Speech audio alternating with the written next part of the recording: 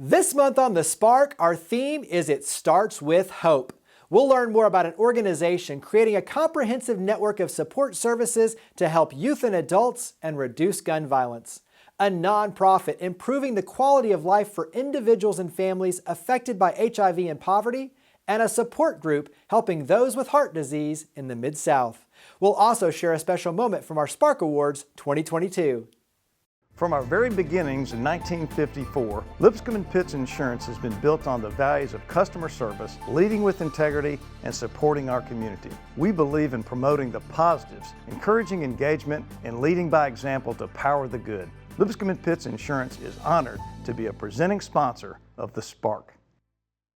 Additional funding for The Spark is provided by United Way of the Mid-South, ECUP, the Memphis Zoo, My Town Movers, My Town Roofing, My Town Properties, and by Meriton. Have you ever been excited by a new idea? Inspired by watching someone lead by example? When we talk about creating change, we start by sharing the stories of everyday heroes who are making a difference in their own way, so we can learn and do the same.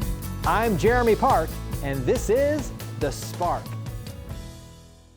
They're an organization creating a comprehensive network of support services to help youth and adults and reduce gun violence. We're here with Susan Deason, Executive Director of Memphis Allies, an initiative of Youth Villages.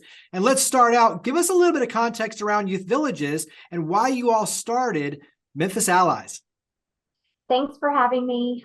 Many people watching this may have heard of Youth Villages before. We've been around since 1986. Our headquarters are in Memphis, but over the last 20 to 25 years, we have had major growth and expansion across the country. So we're now a national nonprofit organization in 23 states in the district. And we realized about 2.5 years ago, as the gun violence in Memphis was skyrocketing, although it's long been a problem, unfortunately, for our community, that we couldn't stand by and not try to be a part of the solution when it comes to the highest risk people in our community. So many people know of us as a youth serving organization. We've also been serving young adults since 1999. Talk about working with other organizations and the collaboration. Yes, actually, that's why we're called Memphis Allies.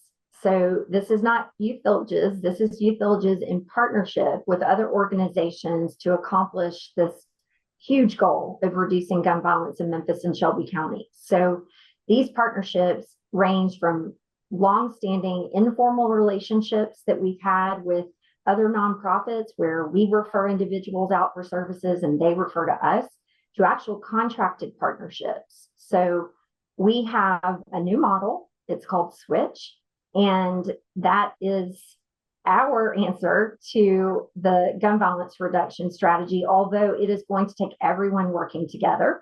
And so we have some contracted partnerships with organizations who assist in implementing that Switch model. Go ahead and dive in deeper on Switch in terms of the nuances and how it works. Yeah, so a big part of this for us was the learning journey. So we wanted to go out and understand what are other communities doing to solve gun violence and how can we take those learnings and apply them to Memphis. And so we visited 5 cities across the country the first summer that we were really studying the problem. And one of the key things that kept coming up over and over again is that in the field of community violence intervention, the leading method of treating the problem is actually utilizing members from the community who are formerly gang involved themselves. They have similarly lived experiences to those who are at highest risk for gun violence. And part of the strategy is employing those individuals to reach out to high-risk people and offer them life coaching, case management services, and also clinical services, counseling services. And that's something that, of course, means a lot to us at Youth Villages, and it's an important part of reducing trauma for an individual. So that Switch model stands for support with intention to create hope. And I think hope is something our entire community can get around. And it's also something that the high-risk individuals who are at risk of being victims of gun violence or engaging in gun violence themselves, it's something that they need as well. What success are you already seeing on your end? So over the course of the past year, we've grown to be an initiative with over 70 staff currently. We are right now in the Raleigh-Frazier community serving over 50 high-risk individuals. And then we have close to about another 50 who have been identified as needing services. And we're in the process of doing outreach and attempting to bring them into services. We're planning to be in 7 parts of the city. And so we're expanding into Orange Mound this month. And we're excited to be delivering services citywide over the next 1 to 2 years, and also launching a youth program that will also be citywide. What gives you hope for what you're seeing and how it's already playing out? A lot of these individuals have never been offered services before. So they may have had legal charges, they may have come through the court system, but unfortunately, due to a lack of resources or a lack of coordination, they never received services. And so in a lot of cases, what gives me hope is knowing that if they had the right resources, then they could make different choices. I also have learned so much about what it means to be a high-risk individual. And a lot of these individuals are not eating on a daily basis. They don't make livable wages, and they do need opportunity. Most, if not all, are already looking for a way out of this life. And they are looking for somebody to help walk them down that path. So how can the community help your efforts? Well, we have a website, memphisallies.org. You can check out and first just start educating yourself on the problem. We'll have opportunities to volunteer. Part of what we're looking to do is to transform communities. So while our greatest focus is on delivering services to those at highest risk, we also understand that there is a disproportionate amount of violence in under-resourced parts of the community. And so helping our participants want to give back to their own community. So whether it's sponsoring a community cleanup or doing a community service project, that's actually part of our programming, is having participants actually contribute to the same community that they were tearing down before coming into our program. If you work for another organization who really wants to get involved in this cause, we are partnering with any organization we can across the city who is interested in joining the cause to reduce gun violence. Well, Susan, greatly appreciate all you and your amazing team are doing. I hope the community definitely can get behind you, because I think this is something that will create a massive ripple effect and really benefit everybody in our region. And so greatly appreciate all you're doing. Thank you for coming on the show. Thank you for having me.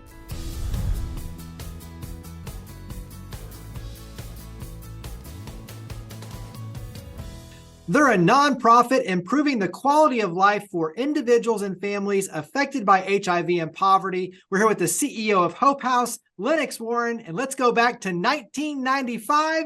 Give us a little bit of history for Hope House.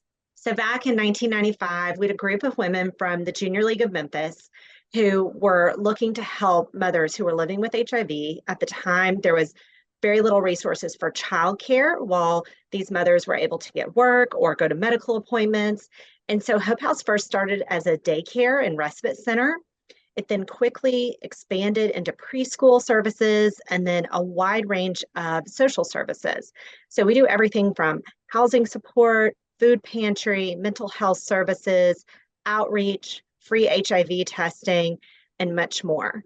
The reason why we've expanded into these services is because HIV is now a chronic disease. It is very livable. That is very hard to do, though, when trying to get to medical appointments and take your medications every day becomes a real challenge when you're living in poverty and you don't have the resources to do that.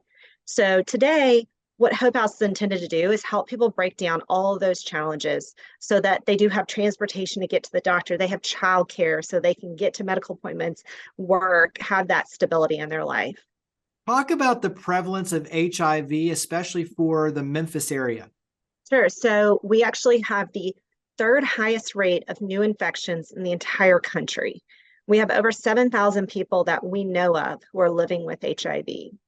So it's a very large number here, and it is mainly impacting people who are living in poverty, people who don't have the resources to be able to get the medications they need, get to the doctor, get the supportive services they need. And so That's why we exist, to try to help break down those barriers and create a healthier Memphis. Let's dive in a little deeper into some of the programs and services. Start with the youth. And so the early education, go ahead and dive in a little deeper on that side. Sure. So our daycare and preschool are really intended to be, a place for respite and childcare for our parents. When a parent has free childcare, a place where they know their child is safe all day long and is getting the best care they can, that leaves them free to not stress about that part of their life. They can go to work, they can go to medical appointments, whatever they need to do.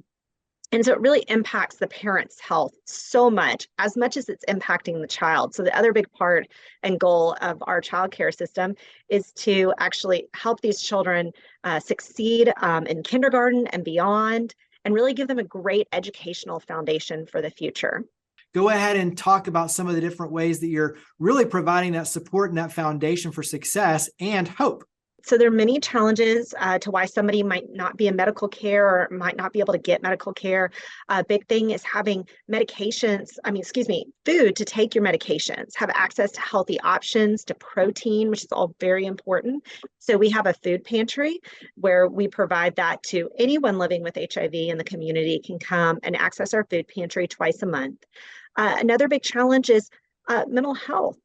Sometimes depression or other things can really get you to the point where you just can't get out of bed to go get your medications or go to the doctor, or there might be other challenges. Maybe you're facing trauma or abuse.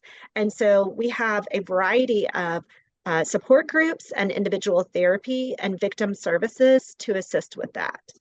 Talk about housing. So the biggest thing is, if you don't have a roof over your head, that's such a basic need that it's very hard to think about taking your medications and going to the doctor when you don't know where you're living or where your children are going to sleep that night. And so, housing is one of the most impactful things that we see for our clients. Talk about breaking down the stigmas and stereotypes and your work around advocacy and education. So our hope is that everybody in the community would get tested for HIV, that everybody would know their status, and that those who are living with HIV or who test positive for HIV would be able to get medical care quickly and be able to maintain that medical care. That is how we can end the HIV epidemic. It is definitely possible, and we're really working towards that. But like you said, there's so much stigma around HIV, and that's where it gets really hard. So our outreach teams are going out into the community, finding people where they are, trying to talk to people in a place where they feel comfortable so that we can really break down that stigma and have open conversations about HIV. It's something that we need to normalize talking about so that we can not be scared to get tested or talk about how to get care. Go ahead and talk about how we can help your efforts. You have all sorts of fundraising events, obviously the volunteerism. So how can we help your efforts? Well, we are a small organization that's serving thousands of people a year. And so we really cannot do it without volunteer help. We love to have people come into our classrooms and help our teachers. We are located in Midtown in 3 older homes that need a lot of care and TLC. And so having people come rake our leaves, do yard work for us, paint, all sorts of stuff, handyman work. There's a lot to be done. We love to have volunteer groups anytime. So please reach out and let us know. Also helping stock our food pantry. We have a budget that only allows us to get so much. And so having donated food from the community is wonderful. We actually have an Amazon list on our website that has healthy options and things that clients specifically request to see in our food pantry. And so you don't even have to get out of your home. You can just get on your computer and it'll mail it to us. Where do we go to learn more and get involved with Hope House? So our website is hopehousememphis.org. That is a great place to reach out and find Amazon wish lists for not only our food pantry, but our teachers wish list for the classroom as well.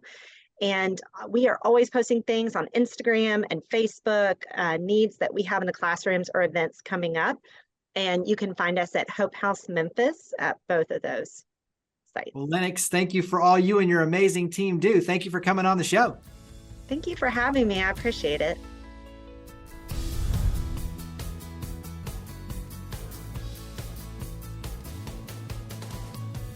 The Spark Awards annually recognize and celebrate individuals and organizations that have made outstanding contributions to the community. The 2022 Individual Adult Award went to Chris Hope. My name is Chris Hope. I am a full-time UPS driver. I drive over the road for the company. I've been employed there for over 35 years. And basically the Chris Hope Foundation was started when I heard stories from the families themselves at St. Jude about their struggles and all of the different things they were going through other than their child receiving treatment. The very first family that we assisted, when I went to visit them, the mom was on the telephone talking to the mortgage company in tears. And I'm thinking that she was in tears because she found out some bad news about her child. But come to find out it was the mortgage company telling her that she needed to make a payment or they were going to be evicted. And that's when I got with some friends and we pitched in some money and saved them from losing their home. The reaction that I received from that just kind of sparked something in me to, want to be able to do more for other people. I always tell people that, this is all him. It has absolutely nothing to do with me other than the name that's on the paperwork. Running a nonprofit was not in my vision. It wasn't my goal. Wasn't even in the cards. It was just something that he gave me and put on me and guided me in the right direction, guided me toward the right people to be able to do this.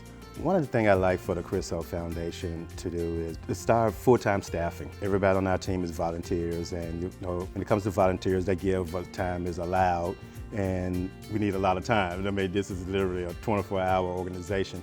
I want us to be able to have locations in Alabama and in Louisiana because that seems to be where a lot of cases come from. One of the things I get asked is, what do I get out of helping the families? And basically, it's the smiles, the hugs, the look of relief when they know they're getting assisted on, say, a light bill. They don't have to worry about electricity being cut off. They don't have to worry about being evicted or their cars being taken. The biggest reward is to see their reaction and to see the kids smile when we give them surprise birthday parties or give them gift cards to Amazon or anything like that. You can't really just put into words the feeling that you get. The joy that you give them, they're giving you that same joy. So it's like we're giving and they're giving back and they're not even realizing they're doing it. And it's a wonderful thing, I'm not gonna lie, I enjoy it. I enjoy it a lot.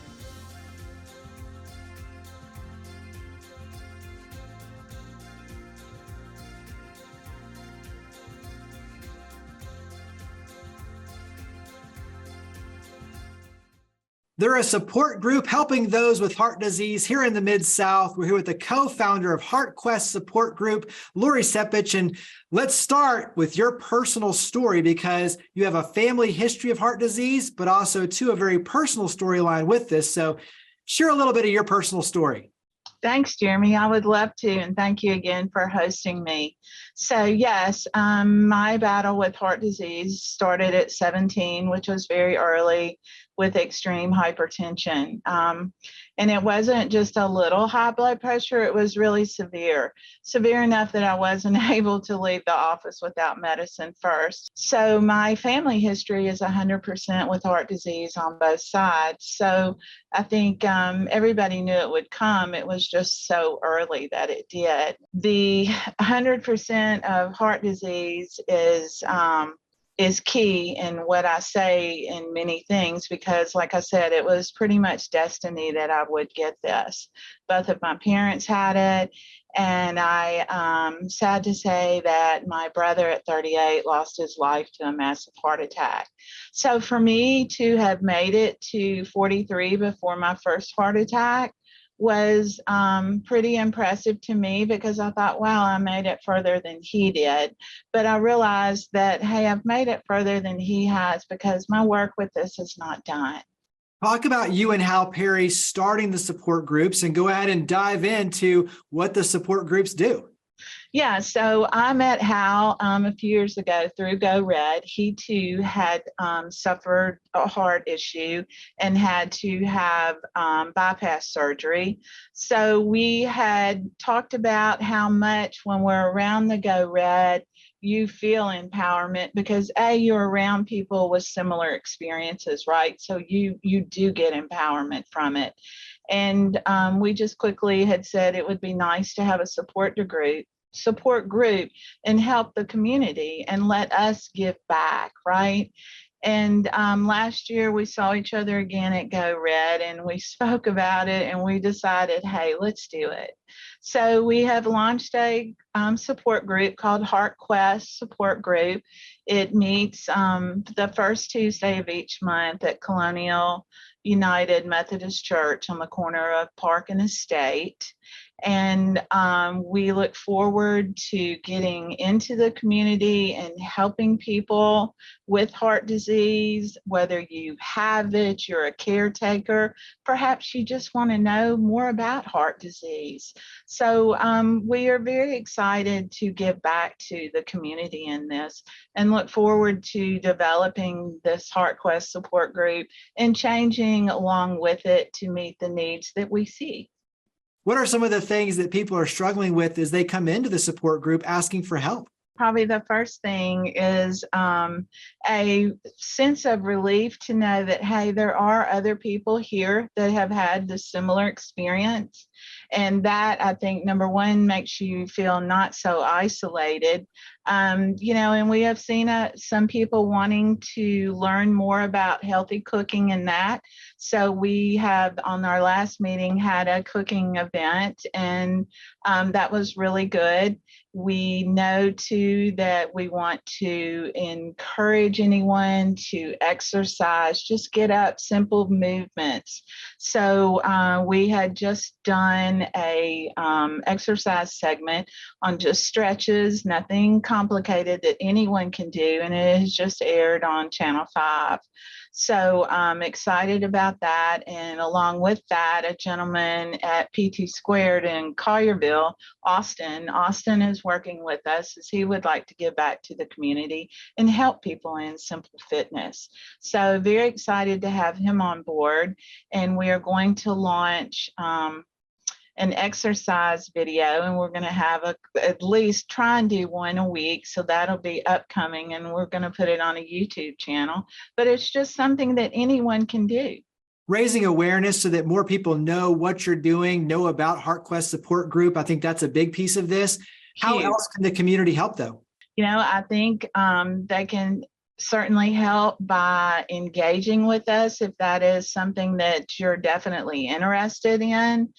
Even just spreading the word of, hey, guess what? I saw a heart support group sign at the church. There's so many things that people can pass along and they don't even realize that they're helping us, right? So we've had some good feedback of people calling in, having seen our sign out, having seen some clips on TV and different things. So I think, Jeremy, it's just keeping our momentum going and getting it even more. And I think we're seeing it build. So that's just super exciting.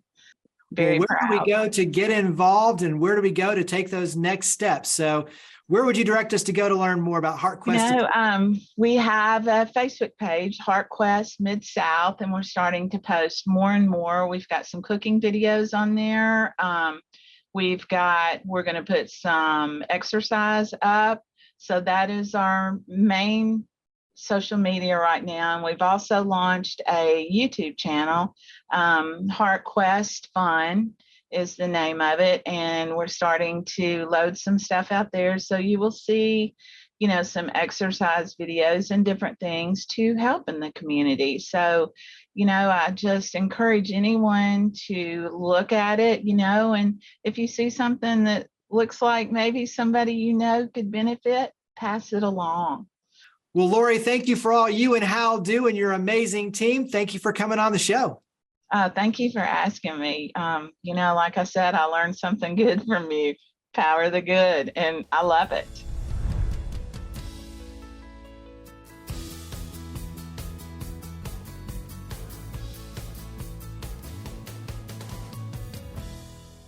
When we talk about our personal and professional futures, the potential of our youth, how we can increase graduation rates, lower crime rates and reduce gun violence, strengthen the workforce, and the ultimate foundation for the success of our city?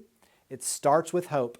It starts with the hope and the belief that things can get better, and then the action to create the opportunities to make it happen. As we saw in this month's episode, we're fortunate to have so many individuals and organizations like Memphis Allies, Hope House, and HeartQuest Support Group that are taking action and creating opportunities to help individuals and families and give them the power of hope. When we have hope, we become a spark that ignites hope in others and leads us to power the good for our city. So thank you for watching The Spark. To learn more about each of the guests, to watch past episodes, and to share your stories of others leading by example, visit WKNO.org and click on the link for The Spark. We look forward to seeing you next month, and we hope that you'll continue joining with us to create a spark for the Mid-South. From our very beginnings in 1954, Lipscomb & Pitts Insurance has been built on the values of customer service, leading with integrity, and supporting our community. We believe in promoting the positives, encouraging engagement, and leading by example to power the good. Lipscomb & Pitts Insurance is honored to be a presenting sponsor of The Spark.